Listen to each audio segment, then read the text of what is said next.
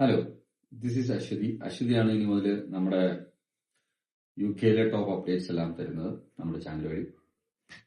Aswathy, hello. അപ്പൊ നമുക്ക് ഈ ആഴ്ചയിലെ ടോപ്പ് അപ്ഡേറ്റ്സിലേക്ക് പോയാലോ? എന്താണ് ഈ ആഴ്ചയിലെ ടോപ്പ് അപ്ഡേറ്റ്സ്? ഈ ആഴ്ചയിലെ ടോപ്പ് അപ്ഡേറ്റ്സ് എന്ന് പറഞ്ഞാൽ നമ്മുടെ UK-യിൽ ഒരു ഡെഡ്ലി ഡിസീസ് സ്പ്രെഡ് ആവുന്നുണ്ട്. സോ മെനിഞ്ചൈറ്റിസ് ബി, അതാണ് നമുക്ക് ഈ ആഴ്ച ഏറ്റവും ടോപ്പ് അപ്ഡേറ്റ്സിൽ വരുന്നത്. ഈ മെനിഞ്ചൈറ്റിസ് ബി എന്ന് പറഞ്ഞാൽ നമ്മുടെ ബ്രെയിനിന് ചുറ്റും ഒരു മെംബ്രെയിൻ ഉണ്ട്. ആ മെംബ്രെയിനിൽ വരുന്ന ഒരു സീരിയസ് ഇൻഫെക്ഷനെയാണ് പറയുന്നത് മെനിഞ്ചൈറ്റിസ് എന്ന്. സോ ഇത് മെയിൻ ആയിട്ട് ബാക്ടീരിയം വൈറസും ആണ് കോസ് ചെയ്യുന്നത്. പക്ഷെ ഈ ബാക്ടീരിയ കോസ് ചെയ്യുന്ന മെനിഞ്ചൈറ്റിസ് ആണ് കുറച്ചും കൂടി ഡെഡ്ലി ആയിട്ട് വരുന്നത്. UK-യിലെ കെന്റില് ക്ലബ് കെമിസ്ട്രി എന്ന് പറയുന്ന ഒരു നൈറ്റ് ക്ലബില് മാർച്ച് 5, 6, 7 ഈ സമയത്ത് പോയവർക്കാണ് മെയിൻലി ഈ ഡിസീസ് റിപ്പോർട്ട് ചെയ്തിരിക്കുന്നത്. ഇതെങ്ങനെയാ സ്പ്രെഡ് ചെയ്തെന്ന് വെച്ചാല് കെന്റിലുള്ള ക്ലബ് കെമിസ്ട്രി എന്ന് പറയുന്ന ഒരു നൈറ്റ് ക്ലബില് ഒരു ഇൻഫെക്റ്റഡ് പേഴ്സൺ പോയി.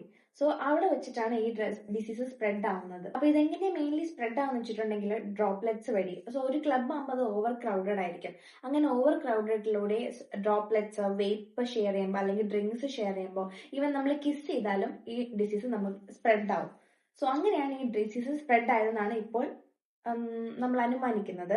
സോ ഈ മെനിഞ്ചൈറ്റിസ് നമുക്ക് കണ്ടുപിടിക്കാൻ ഒരു എളുപ്പ വഴിയുണ്ട്. അതായത് മെനിഞ്ചൈറ്റിസിന് ചിലപ്പോൾ റാഷസ് വരാറുണ്ട്, റെഡ് റാഷസ്. അത് നല്ല ഫെയർ സ്കിൻ ഉള്ളവർക്കാണെങ്കിൽ റെഡ് റാഷസ് ആയിട്ടും കുറച്ച് ഡാർക്ക് സ്കിൻ ടോൺ ആണെങ്കിൽ ഒരു ഡാർക്ക് പാച്ചസ് ആയിട്ടായിരിക്കും വരുന്നത്. അപ്പം ഇവിടെ പിക്ചറിൽ നോക്കിയാൽ മതി, കാണാൻ പറ്റും. സോ നിങ്ങൾ ഒരു ക്ലിയർ ഗ്ലാസ് എടുത്തിട്ട് ആ റാഷിന്റെ മുകളിൽ വെക്കുകയാണെങ്കിൽ അത് വേറെ എന്തിന്റെ റാഷ് ആണെങ്കിലും ഈവൻ ഒരു പിമ്പിൾ റാഷ് ആണെങ്കിലും അത് ഫെയ്ഡ് ആവും. പക്ഷെ ഒരു മെനിഞ്ചൈറ്റിസ് റാഷ് ആണെങ്കിൽ അതൊരിക്കലും ഫെയ്ഡ് ആവില്ല. പക്ഷെ എല്ലാ കേസസിലും റാഷസ് വരണമെന്ന് നിർബന്ധമില്ല. ഫീവർ, നോസിയ, വോമിറ്റിംഗ്, പിന്നെ ഹെഡ് ഏക്ക്, ഇതൊക്കെയാണ് മെയിൻ സിംറ്റംസ്. സോ നിങ്ങൾക്ക് ഇതിൽ ഏതെങ്കിലും ഒരു സിംറ്റം ഉണ്ടെന്ന് തോന്നുവാണെങ്കിൽ പെട്ടെന്ന് അടുത്തുള്ള ഹോസ്പിറ്റലിൽ പോകുന്നതാണ് നല്ലത്. റീസെന്റ് UK-യിൽ 27 ആക്റ്റീവ് കേസസും 2 ഡെത്ത്സും ആണ് റിപ്പോർട്ട് ചെയ്തിരിക്കുന്നത്. തുടക്കത്തിൽ അത് 16 കേസസ് ആയിരുന്നു, പക്ഷെ ഇതിപ്പോ 27 ആയിട്ട് റൈസ് ചെയ്തിട്ടുണ്ട്. ആൻഡ് 2 അഡൾട്ട് മരിച്ചിട്ടുണ്ട്.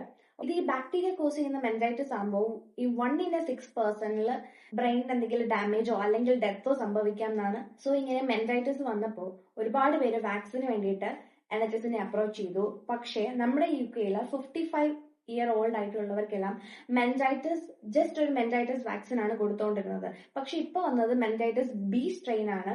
അതുകൊണ്ട് തന്നെ നമ്മളിപ്പോ ആ മെനിഞ്ചൈറ്റിസിന്റെ വാക്സിൻ എടുത്താലും ഏകദേശം 2 വീക്സോളം എടുക്കും നമുക്ക് അതിന്റെ ഇമ്മ്യൂണിറ്റി കിട്ടാനായിട്ട്.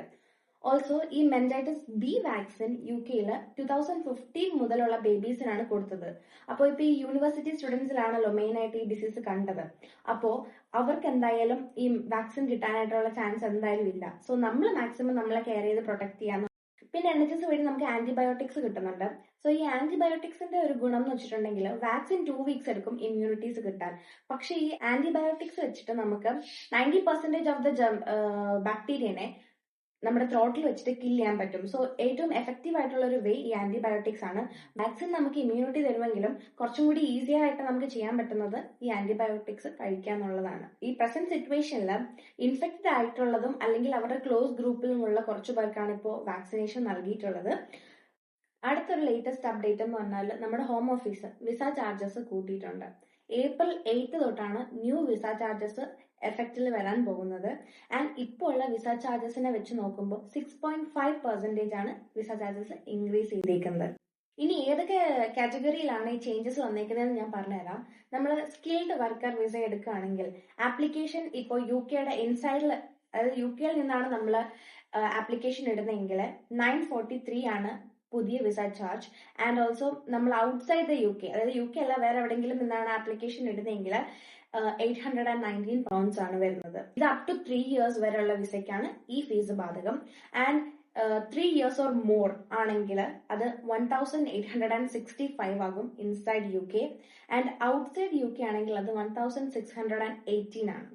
ഇനി നമ്മൾ ഹെൽത്ത് ആൻഡ് കെയർ വിസ എടുക്കുകയാണെങ്കിൽ അപ് ടു 3 years വരെയുള്ള വിസയ്ക്ക് 324, അത് സെയിം ആണ്.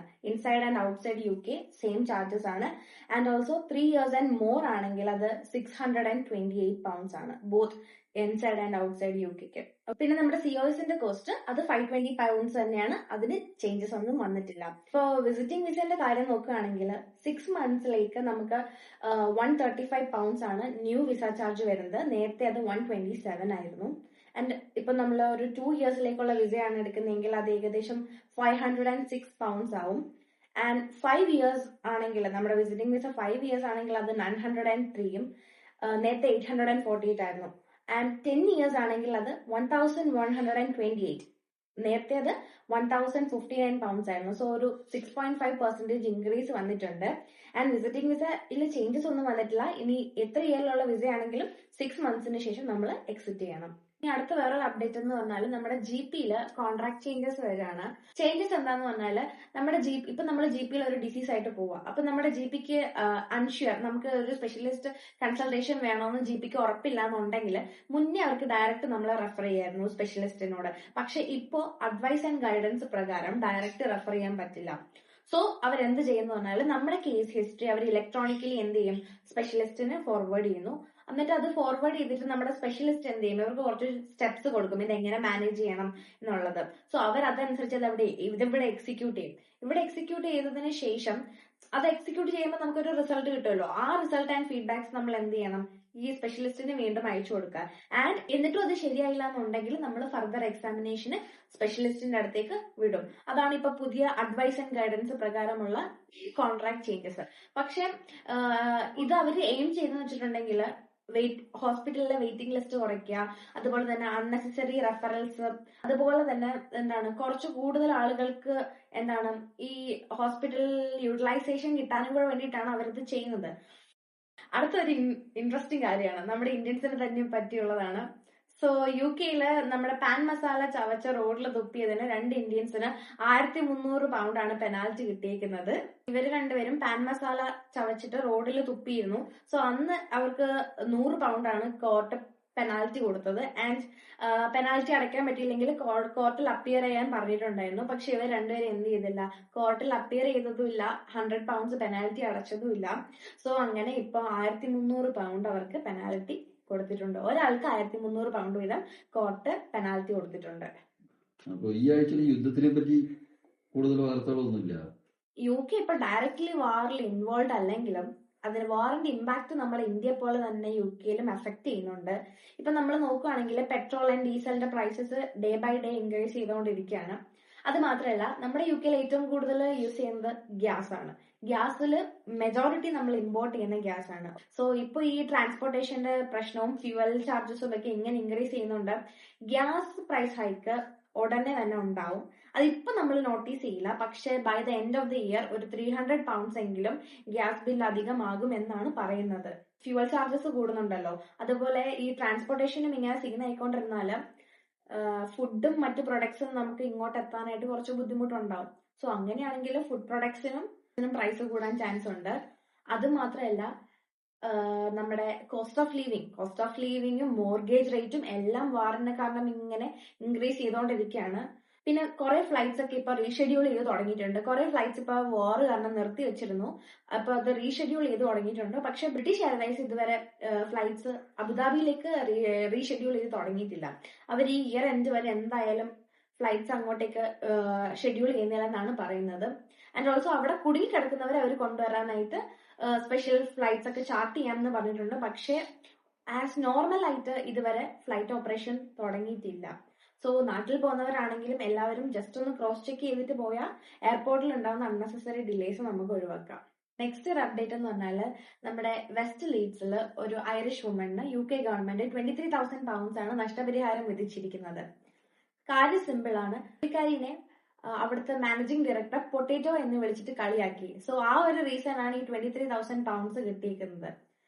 ഐറിഷ് പീപ്പിളിനെ ഹ്യൂമിലേറ്റ് ചെയ്യാൻ വേണ്ടിയിട്ട് യൂസ് ചെയ്യുന്ന ഒരു വേർഡാണ് പൊട്ടേറ്റോ. സോ പുള്ളി അത് ഭയങ്കര ഒഫെൻസീവ് റേസിസം പോലെയാണ് സംസാരിച്ചിരുന്നത്. അറ്റ് ഫസ്റ്റ് പുള്ളിക്കാരി അത് ഭയങ്കര ജോക്കായിട്ട് എടുത്തു. പക്ഷെ പിന്നെ അതിങ്ങനെ കൂടി വന്നുകൊണ്ടിരുന്നപ്പോ തീരെ അൺകംഫർട്ടബിൾ ആണെന്ന് എംപ്ലോയറിനോട് പറഞ്ഞെങ്കിലും ഇപ്പോ ജോലിക്കിടയിൽ എന്ത് വാക്കുതക്രം വന്നാലും ആ എംപ്ലോയർ പുള്ളിക്കാരിയെ പൊട്ടേറ്റോ എന്ന് വിളിച്ചിട്ട് കളിയാക്കും. ഈവൻ വാട്സപ്പിൽ വരെ പൊട്ടറ്റോന്റെ സൈൻ അയച്ചിട്ടാണ് പുള്ളിക്കാരിയെ ഹ്യൂമിലേറ്റ് ചെയ്തുകൊണ്ടിരുന്നത്. അങ്ങനെ ഒരു 2024 ജൂണിലാണെന്ന് തോന്നുന്നു, എനിക്ക് കറക്റ്റ് അറിയില്ല, പുള്ളിക്കാരി സിക്ക് ലീവ് എടുത്ത് പോയി. ആൻഡ് GP അവർക്ക് അതിന്റെ സർട്ടിഫിക്കറ്റ് കൊടുത്തു. അതായത് വർക്ക് സ്ട്രെസ്സും പ്രഷറും കാരണമാണ് പുള്ളിക്കാരി ജോലിക്ക് വരാത്തതെന്ന്. സോ അങ്ങനെ സ്ട്രിക്റ്റ് നോട്ട് എക്സ്റ്റെൻഡ് ചെയ്തപ്പോൾ പുള്ളിക്കാരിനെ അവിടുന്ന് ഡിസ്മിസ് ചെയ്തു. പക്ഷെ ഈ കാരണങ്ങളൊക്കെ പറഞ്ഞിട്ട് കോർട്ടിൽ അപ്രോച്ച് ചെയ്തപ്പോൾ എംപ്ലോയ്മെന്റ് ട്രിബ്യൂണൽ ഇവര് കുറ്റക്കാരനാണെന്നും ഒഫൻസീവ് കമന്റ്സും റേസിസവും അവിടെ പുള്ളിക്കാരി നേരിട്ടെന്നും മനസ്സിലാക്കി.